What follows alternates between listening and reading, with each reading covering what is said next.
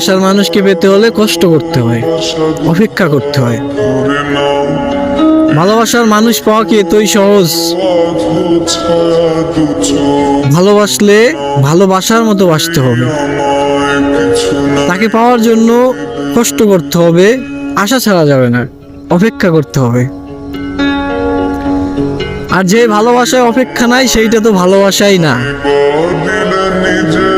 যে ভালোবাসায় অপেক্ষা নেই সেই ভালোবাসা তো ভালোবাসাই না। তুমি আমাকে কখনো ভালোই বাসো নাই।